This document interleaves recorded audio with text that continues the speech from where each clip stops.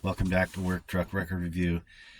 Today I'm with my special guest, Charles Matthews of the Cheap Cassettes, to talk about the band The Romantics, a power pop band from Detroit, Michigan, that had sort of an effect on the younger Nick Millward.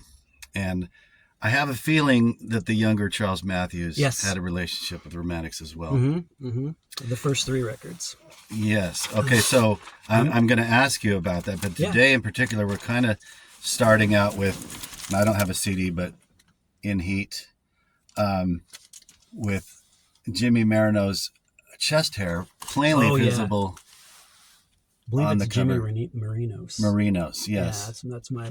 And also what you can see on this record cover, I'll take it out of the plastic, is the snakeskin lapels of all their jackets. So there is a person credited with snakeskin on the inner sleeve.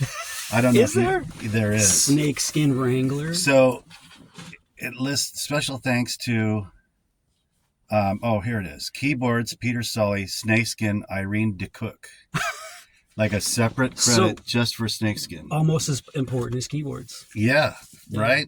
Probably more so to this record, really. Yes. And so on this, all their original lyrics, the cringeworthy lyrics, are printed, except for the two covers on this Open Up Your Door and Shake a Tail Feather. So why don't you just roll our first song here, Rock You Up, which sounds like a cocaine reference, maybe? I don't know what that could be about. Or it's good. It's got that 80s drum sound, but I hear some Rickenbackers or maybe a Telly. Oh, definitely Telly. Yeah. So I watched the videos that you told me I had to watch. Right. We saw Ricks, we saw Tellys.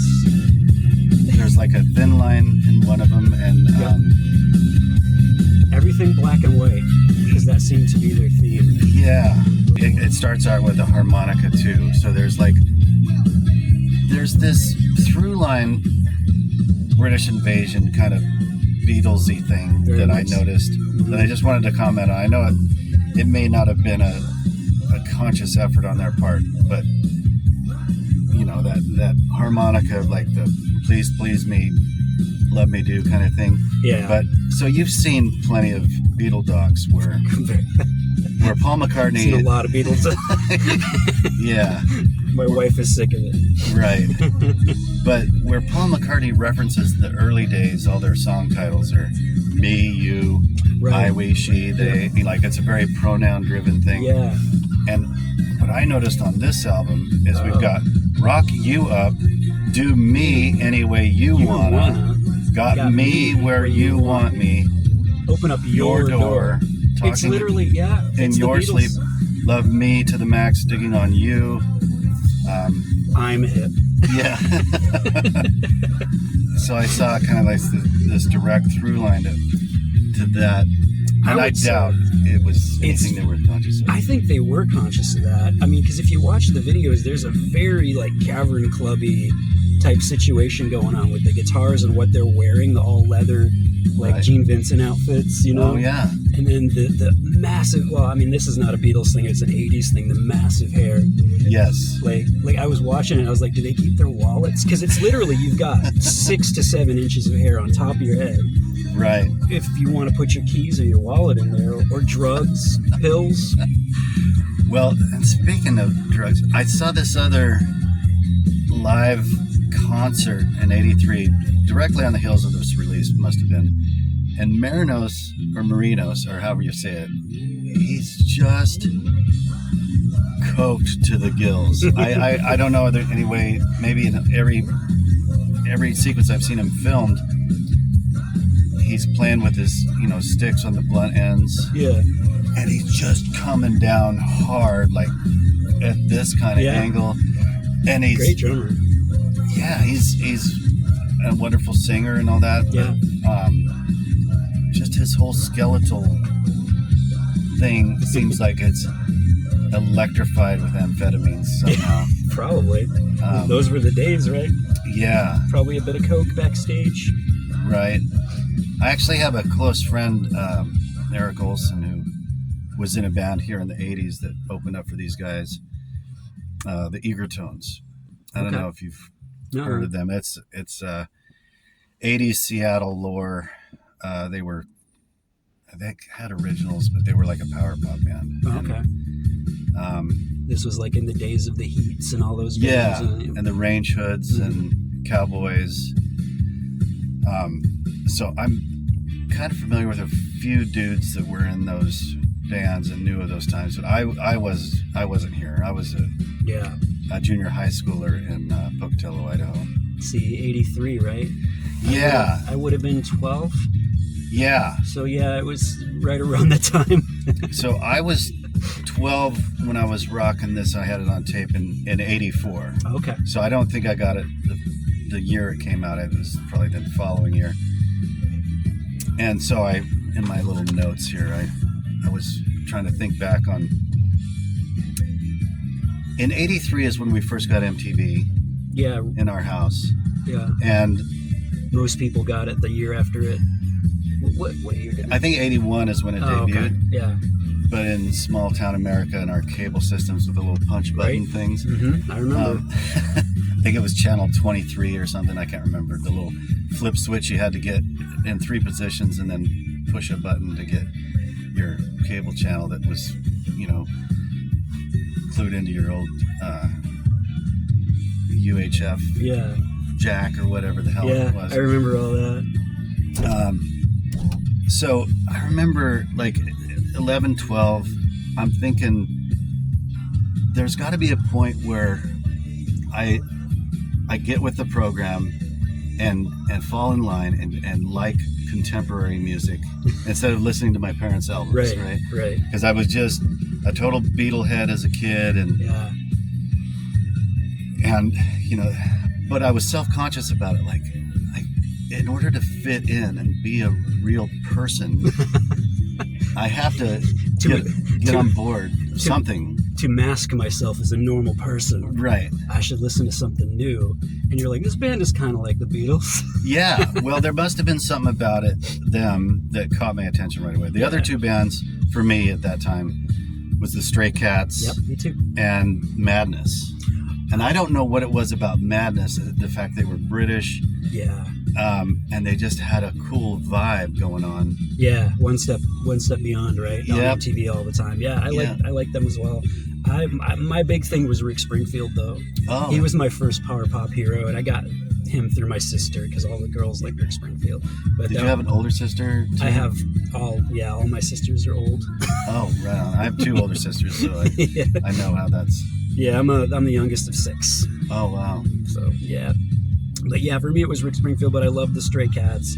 And I think it coincided with me getting a radio in my room. Like my parents gave me one of those clock radios. You can picture it, you know, the wood panel on top. Right.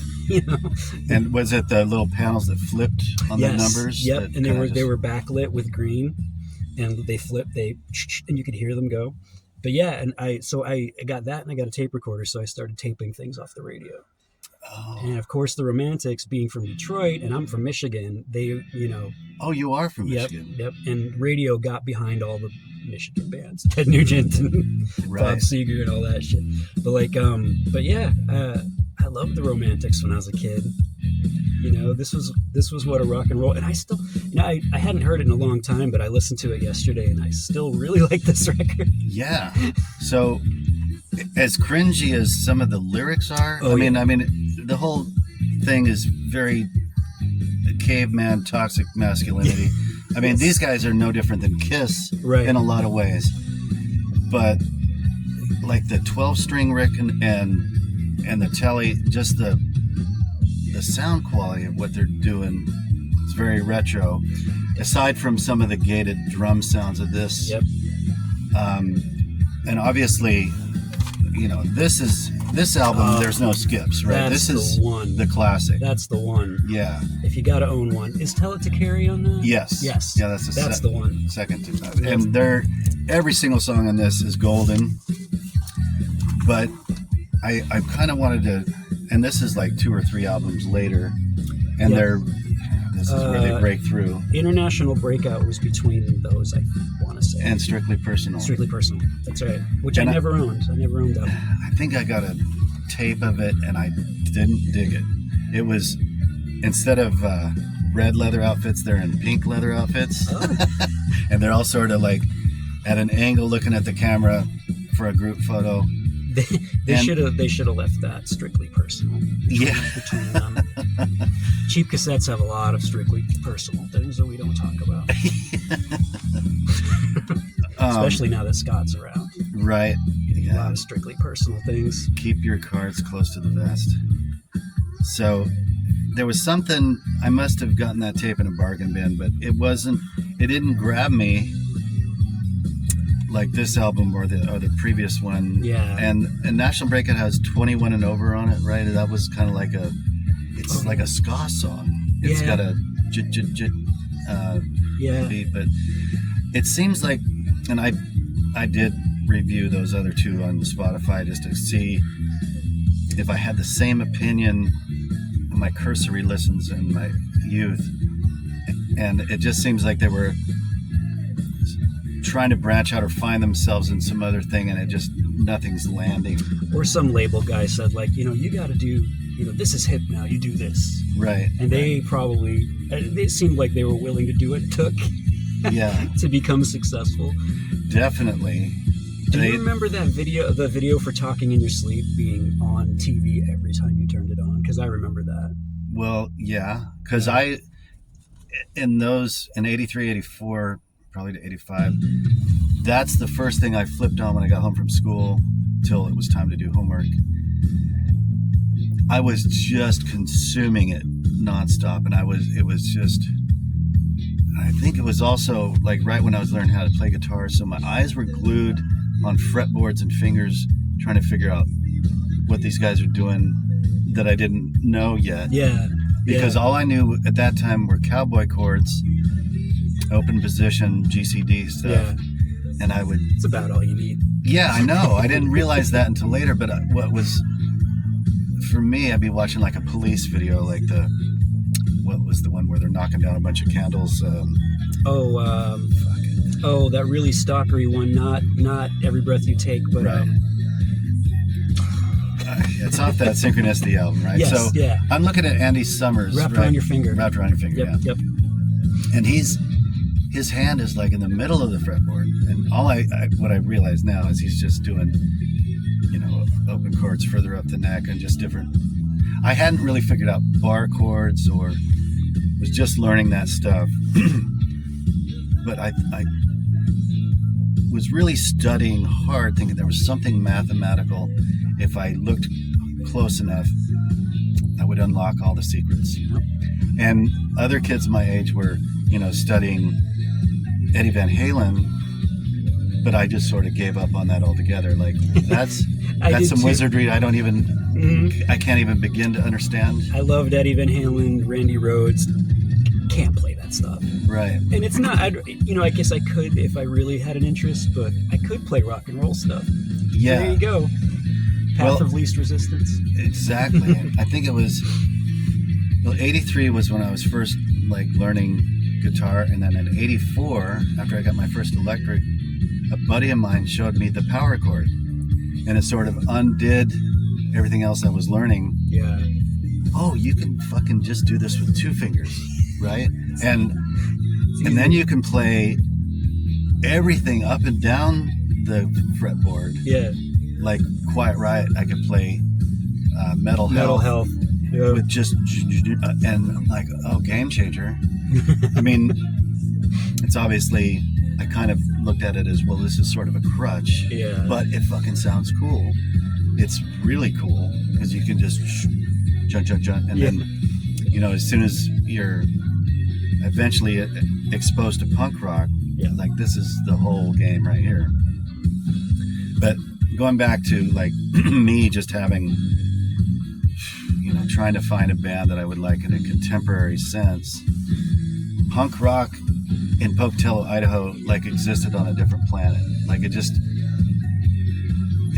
There was no such thing in a small Mormon town as like a punk rock club. And Salt Lake City there was 2 hours away, but and my older sister went and became a nanny in Boston, and she brought home some stuff and exposed me to thing. But by the time I was like, and then I eventually saw that movie Suburbia. Yes. Yeah. And Repo Man. Yep. But still, it seemed to me like it was foreign or scary a little bit. Well, yeah, because it wasn't anything. I couldn't put on that uniform without the fear of being beat up. That's like people don't realize that about those days. Yep, you would get beat up, especially in a small town. Right. Oh, so I had no idea about Richard and the Young Lions or garage rock or Nuggets. What I would discover years later. Yeah. When I first heard this, I just thought this is fucking cool as shit. Yeah. Like, and before I heard of bands like the Standells or anything else that was Chocolate Watch Band, all this. Yeah, just I guess it planted a seed in my head of like what's to come in the future. There's a whole world of discovering wonderful garage rock out there. Yeah. But so what other mainstream rock band was putting these Easter eggs in their album at that time? Right. I can't think of anyone. So that's kind of how they get a cool pass for being so cringy on a lot of other levels. Yeah. I mean, this is a band I don't think I've ever listened to their lyrics. Some bands are lyrics bands and some aren't. I ignore these. Yeah, and wisely so. Yeah. But weirdly, like, if you listen to the first record, Telex Carry and those other ones, not bad lyrically. I mean, they're still romance love songs, but they're not as, I think at this stage of the game, they really were coasting, or it's just like whatever. Yeah. Whatever sentiment is like, I want to get laid, is going to be the basis of this song. Right. Who knows how long they had to write this record too? Yeah. It might have been like, you're on tour in 2 weeks, write a record, get it recorded. Right. So speaking of Michigan, I read that on Wikipedia or something that their first show in '77 was opening up for the MC5. Oh my God! In '77? Yeah, and I'm trying to think of who was in the MC5 in '77. Yeah, that would have been late. I mean, I didn't know they were still a band, but that's. I don't think they were. We'll have to look that up. I don't know. It seems a little apocryphal, maybe. Yeah. Unless, because I'm, I guess I'm not as much of a student of the MC5. I don't know. I feel like they should have been all done by then. They sort of limped to a death. I mean, weren't some people in jail by that time? Or yes, yeah. In '77, I want to say Wayne Kramer was in that band with Johnny Thunders, unless that was the '80s. Can't remember. No, that wouldn't have been '77 because Thunders was in the Heartbreakers. I guess I got my timeline wrong. But yeah, I don't think the MC5 were around in '77. Yeah, and it says that that you can tell that they were fans of the early Bob Seger and sure, yeah, Mitch Ryder. You can definitely hear the Michigan or the Detroit. Oh yeah, yeah, definitely at that point, especially rock and roll town. Like they gave Kiss their start and a lot of bands, Ted Nugent and all that. So right, Amboy Dukes. Yep. So I know that Michigan is a catcher's mitt. Where are you on the mitt when your little small town that you grew up? Right there. Okay, is that near Holland or? Not too far from Holland. I grew up in the middle of nowhere. Our nearest neighbor was 1.5 miles away. Oh wow. My father didn't like people very much. So he wasn't like a farmer or a rancher? When I was born, we had a farm, and then we sold the farm, moved even further into the woods, and we had horses. Okay. Yeah, and he at that point, he did various things. We had horses. He was a truck driver for many, many years. So. But a lot of kids. So is there like a Catholic thing going on or any kind of, is it just? I don't know.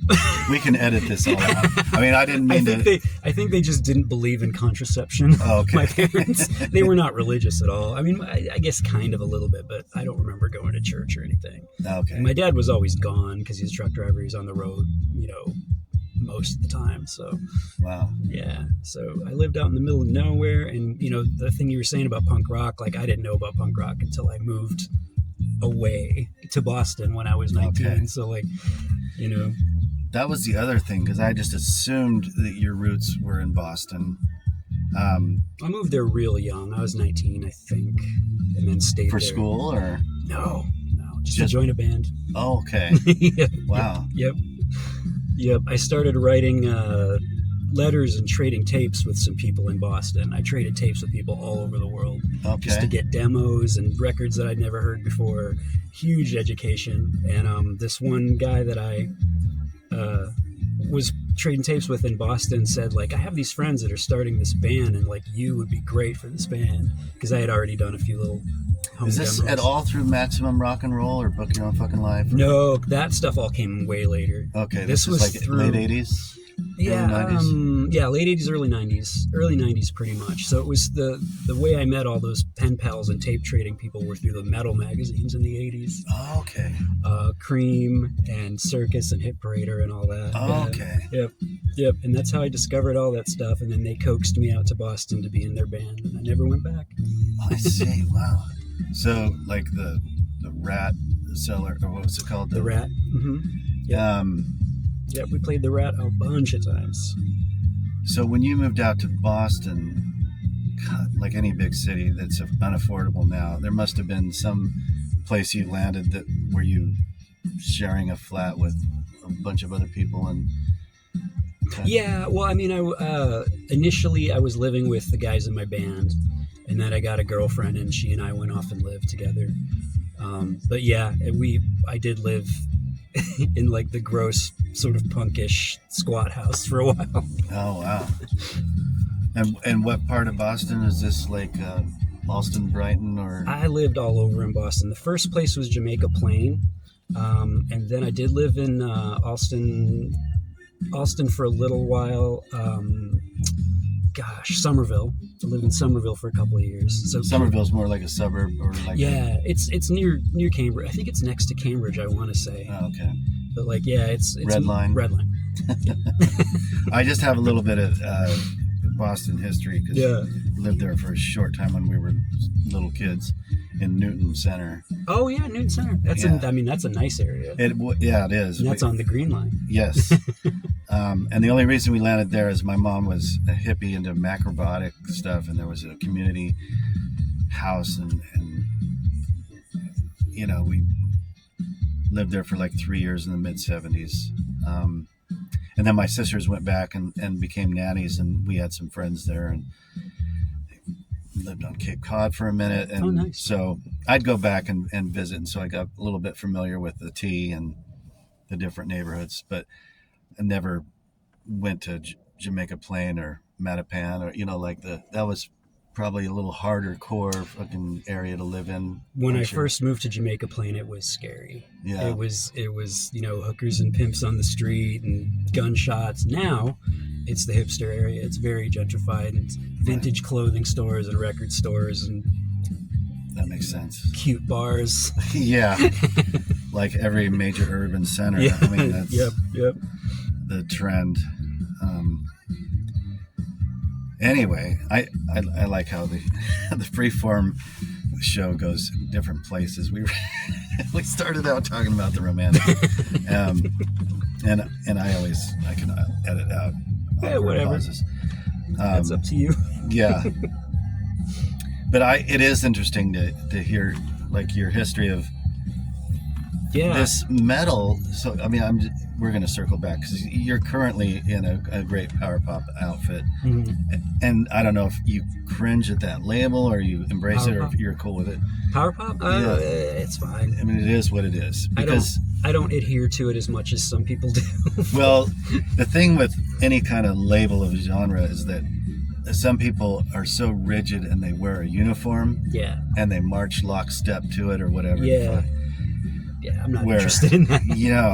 I mean, for me, my experience is like never been able to really land in one spot, and then like there was the alt country thing Yeah, in the 2000s. I like that too. I think you and I have gone down the same roads a couple times. Yeah, I mean, which is fine, but I'm not gonna wear snap button Western shirts to every show, Right. Yeah. And I'm not gonna adhere to. And then the power pop thing too. When you submit your music to blogs and everything, where you talk to people, some of it can be a little exhausting. Of like, oh well, I guess I don't want to be in a competition of who knows more about what. Yeah, right. or what what exactly, and all that. It's a double-edged sword. All that shit's great. What else is going to occupy our time, right? This is the Romantics for me. It was just, I really got my head, and still, like musically, I can get my head into the sound of these guitars, together, which were so much different than all the other guitar sounds of that early 80s. Right, because you'd expect it to be this oversaturated Marshall JCM 900. Like, was that happening already? I guess it kind of already was starting to happen. Quiet Riot and all that. Yeah, all the pointy headstock guitars, all of Eddie's tapping and the wheedly stuff. I had a purple BC Rich Warlock. Oh wow! Yeah, I wish I still had it, to be honest with you. Yeah, I mean, they're probably pricey nowadays. I think they like are. Any other guitar, right? Yeah. It was an American one, so it probably would be worth quite a bit today. Wow.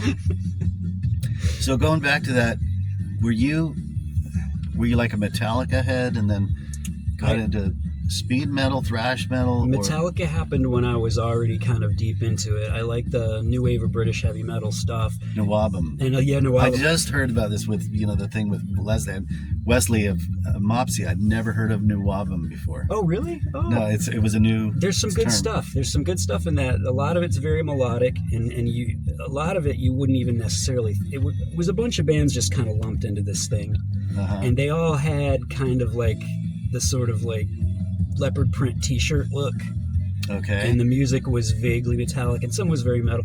But like Tigers of Pantang, they're a catchy little band. Like there are songs that could verge on power pop. Did Def Leppard emerge from that scene? Very, very much so. Yeah. Because obviously, looking back on Def Leppard at the time, very poppy. I mean, that Bob Rock album, right, was their first major breakthrough album. Wasn't it Bob Rock? Not Bob Rock, the other guy. The guy that was married to Shania Twain. Why am I blanking? I should know it too. Pyromania was produced by I'll put it that guy. Yeah, dude. Yeah, good. Mutt Lange. Mutt Lange. Okay.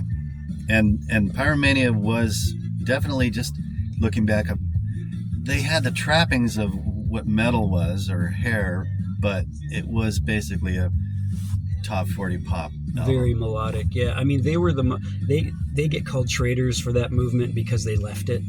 But then, strangely enough, a lot of the smaller bands tried to follow suit, which is where the good records are for me, because they all got really poppy and with harmonies and stuff, because I've always been drawn to that. But yeah, that stuff's great. There's a lot of stuff there. And then I got out of that, the thrash thing happened, and simultaneously I also really liked a lot of the glam stuff. Because talk about, good songs, there was a lot of good songs in that whole glam movement, starting with Hanoi Rocks and like Motley Crue and all those bands, the early versions of those bands. I still can listen to Shout at the Devil, because it's the same time period when I was 12 in '84. Shout at the Devil was cool. I mean, they covered Helter Skelter. They did. And I thought it was a little strange at the time, but I was like, okay. And I don't know if I can admit to my friends that maybe I'll get beat up if I say, hey, that's a Beatles song, and then somebody will say, no, it's not. And you were really worried about getting beat up, weren't you? Well, I was a pretty scrawny kid. Me too. I'm shocked I didn't get beat up more often. Yeah. Mouthy as well on my part. And I grew up into a big guy, but as a, all through school, I was born in September, so I was always the youngest kid in every class, always the most underdeveloped or whatever for some reason. And maybe I was just always in my own head too, which is a dangerous place to be if you're, driven by imagination and bookish or whatever. You're just a moving target. Yeah. Oh, same. Very much the same. And there's Wally Palmer. Yeah, who, looks a lot like Billy Joe Armstrong in a way. Do you think so? I was trying to Sometimes. figure it out, and what I came up with was he looks like a bad wax dummy of Paul McCartney, and they've just thrown whatever wig on him just to he needs longer hair. Let's put a wig on him. But doesn't he kind of look like Paul McCartney, just melting a little bit? Yeah, totally. And his name is Wally Palmer. Yeah, that's what a great name. It sounds dirty. Well, you know what his real name is? It's this Ukrainian thing. Another thing on Wikipedia. So he changed his name to Wally Palmer. Right. It's like Vladimir Dorivich or something. It's like a full-on, and he speaks fluent Ukrainian as well. Does he? He's I from had a no idea. Ukrainian family, yeah. And then we got Mike Skill on bass. He plays guitar on the first album. Oh. So he left the band and came back, but This guy left, didn't he? Yeah, he was gone. But I think blonde Rich guy. Cole played bass at first, and Mike Skill was the guitar player, and then Cos Candler is the guy on the Telly Slimline or whatever. Yeah. I think, is that him? That's... I don't know. I didn't. But this is great. This is almost like Meet the Beatles in a way. Exactly. You got the half Yeah. lit faces for sure. But yeah, I don't know. I like this record, and I especially like "One in a Million." Yeah. What a great song that is! I was listening to it yesterday, and I was thinking I should cover this. Yeah. I mean, it's really good. It's a lot better than Talking in Your Sleep. For me, as a kid, I was like, why is it that the two songs off this record that are on MTV are the fucking ones I don't like at all? How come I like the deep cuts? And then, as I got older, I realized, it's just because you're always on the outside looking in. Yes. So, that's a good place to be. Yeah. I like that. But yeah, it's a great record. It really is. It's not their best record. I would say probably this is their best record. Yeah. Followed by International Breakout, maybe. But yeah, they're so good. Well, no, this is Shake a Tail Feather, which is like a R&B number from the early 60s. I think maybe a Motown or Motown adjacent number. Oh, it's the Shake a Tail Feather. Okay. Yeah, and it's been covered by a couple other people down the line. But it's funny that they're so image driven, but they're very limited on photos in that. Yeah. Maybe they were self-conscious, maybe they weren't in the best of shape like they are in this the red leather outfit period where they're super skinny. Yeah. I mean, their legs are about as skinny as their ties. That is true. But they do, if you squint, that looks like the Beatles. Yeah. I'm squinting and it looks right. Well, looks like Paul McCartney. Yeah. Almost.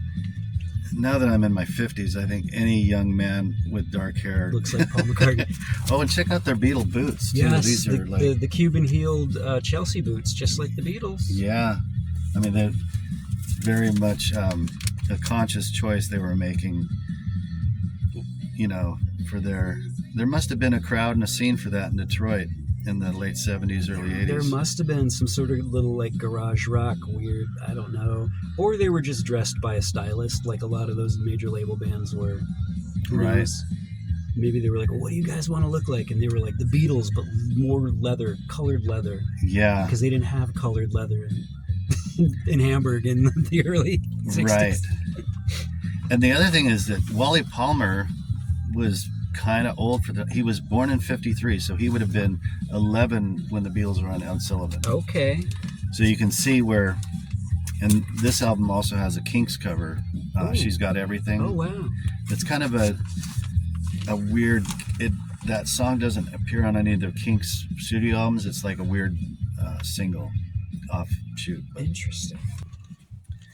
Do you want to concentrate on any specific song and talk about it? I think I've covered everything I wanted to cover. Cool. That's cool with me. Anyway, and the other thing, I'll cut this part out, but I wanted to shy away from going too long with this thing because they're a bitch to edit to get all the good stuff. Yeah. So maybe we could have some final thoughts. Okay. If you're cool with that. Yeah, absolutely. I mean, I feel like Final thoughts. final thoughts on the Romantics. Final thoughts. You know, history may not, especially in this time, this time in this truck. Right. It may not, the imagery of, especially those videos, Doesn't age well. not with Talking in Your Sleep, where they're kind of walking through a cave of frozen women. Sleeping women. Yeah, sleeping women. That are standing up, yeah. That they're just in lingerie. I noticed that myself. That is problematic. Yeah. Mm-hmm. But when I was 13, I was like, cool. Yeah. Oh, definitely. My eyes were grabbing. A young pubescent boy in this day and age has access to everything on his phone. Right. Like hardcore, everything. And when we were that age, it was just like skimpy girls on MTV videos. Yep. And in the bra section of the Sears catalog. Right. What an innocent time. Mm-hmm. And see, we turned out okay. Turned out we're okay. We're not in jail. Right. It's fine. So we wish the Romantics best. I hear that Jimmy Marinos has disappeared off the grid. And it can't be, there's no information on him anywhere online.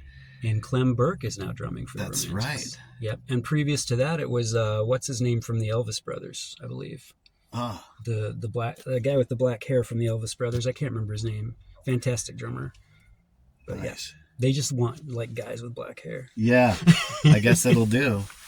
And Wally is the guy. I guess that although Jimmy was such a great singer, and is probably still singing in his garage somewhere, but home studio. So I would personally like to thank you, Romantics, for lighting a little torch in my young brain to have faith that there was such a thing as rock and roll. I wasn't into Kiss. This is my guilty pleasure. It's not guilty. It's awesome. This is a great record. Thank you. Yeah. This has been therapeutic for me. I'm thanking my special guest, the Cheap Cassettes, Rip Brokers, and Dum Dums, next Saturday. Yeah, it's next Saturday. I'm thinking about going. We'll see.